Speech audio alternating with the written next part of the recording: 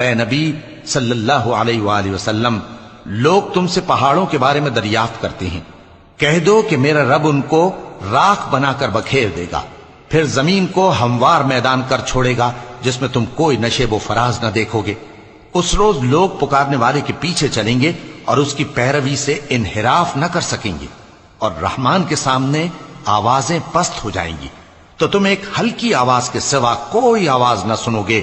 اس روز کسی کی سفارش کچھ فائدہ نہ دے گی مگر اس شخص کی جسے رحمان اجازت دے اور اس کی بات کو پسند فرمائے۔ جو کچھ ان کے آگے ہے اور جو کچھ ان کے پیچھے ہے وہ اس کو جانتا ہے، اور وہ اپنے علم سے اللہ کے علم کا احاطہ نہیں کر سکتی۔ اور اس زندہ و قائم کے روبرو منہ لٹک جائیں گے، اور جس نے ظلم کا بوجھ اٹھایا وہ نامراد رہا، اور جو نیک کام کرے گا اور مومن بھی ہوگا تو اس کو نہ ظلم کا خوف ہوگا اور نہ نقصان کا۔ اور ہم نے اس کو اسی طرح کا قرآن عربی نازل کیا ہے، اور اس میں طرح طرح کے ڈراوے بیان کر دیے ہیں تاکہ لوگ پرہیزگار بنیں یا اللہ ان کے لیے نصیحت پیدا کر دے۔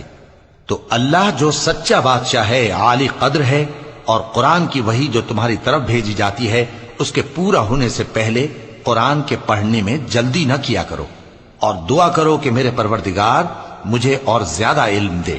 اور ہم نے پہلے آدم سے عہد لیا تھا مگر وہ اسے بھول گئے، اور ہم نے ان میں ارادے کی پختگی نہ پائی۔ اور جب ہم نے فرشتوں سے کہا کہ آدم کے آگے سجدہ کرو تو سب سجدے میں گر پڑے مگر ابلیس نے انکار کیا۔ اس پر ہم نے فرمایا کہ آدم، یہ تمہارا اور تمہاری بیوی کا دشمن ہے، تو یہ کہیں تم دونوں کو بہشت سے نہ نکلوا دے، پھر تم تکلیف میں پڑ جاؤ۔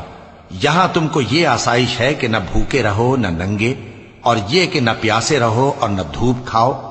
پھر شیطان نے ان کے دل میں وسوسہ ڈالا اور کہا کہ آدم، بھلا میں تم کو ایسا درخت بتاؤں جو ہمیشہ کی زندگی کا باعث ہو اور ایسی بادشاہت کہ کبھی زائل نہ ہو؟ تو دونوں نے اس درخت کا پھل کھا لیا تو ان پر ان کی شرم گاہیں ظاہر ہو گئیں، اور وہ اپنے اوپر بہشت کے پتے چپکانے لگے۔ اور آدم نے اپنے پروردگار کے حکم کے خلاف کیا تو وہ اپنے مقصد سے بے راہ ہو گئے۔ پھر ان کے پروردگار نے ان کو نوازا تو ان پر مہربانی سے توجہ فرمائی اور سیدھی راہ بتائی۔ فرمایا کہ تم دونوں یہاں سے نیچے اتر جاؤ، تم میں بعض کے دشمن ہوں گے، پھر اگر میری طرف سے تمہارے پاس ہدایت آئے تو جو شخص میری ہدایت کی پیروی کرے گا وہ نہ گمراہ ہوگا اور نہ تکلیف میں پڑے گا، اور جو میری نصیحت سے منہ پھیرے گا اس کی زندگی تنگ ہو جائے گی، اور قیامت کو ہم اسے اندھا کر کے اٹھائیں گے۔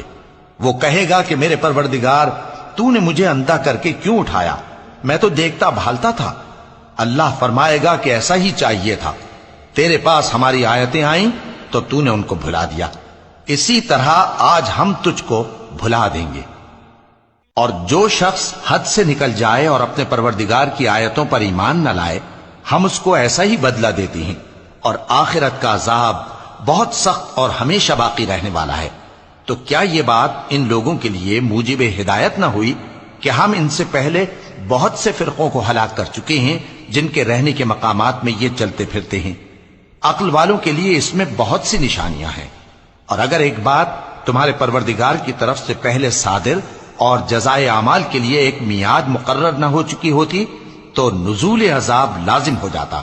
پس جو کچھ یہ بکواس کرتے ہیں اس پر صبر کرو، اور سورج کے نکلنے سے پہلے اور اس کے غروب ہونے سے پہلے اپنے پروردگار کی تسبیح و تحمید کیا کرو، اور رات کی کچھ گھڑیوں میں بھی اس کی تسبیح کیا کرو، اور دن کے مختلف اوقات یعنی دوپہر کے وقت بھی، تاکہ تم خوش ہو جاؤ۔ اور کئی طرح کے لوگوں کو جو ہم نے دنیا کی زندگی میں آرائش کی چیزوں سے نوازا ہے تاکہ ان کی آزمائش کریں، ان پر نگاہ نہ کرنا، اور تمہارے پروردگار کی عطا فرمائی ہوئی روزی بہت بہتر اور باقی رہنے والی ہے۔ اور اپنے گھر والوں کو نماز کا حکم کرو اور اس پر قائم رہو۔ ہم تم سے روزی کے خواستگار نہیں بلکہ تمہیں ہم روزی دیتے ہیں، اور نیک انجام اہل تقوی کا ہے۔ اور کہتے ہیں کہ یہ پیغمبر اپنے پروردگار کی طرف سے ہمارے پاس کوئی نشانی کیوں نہیں لائے؟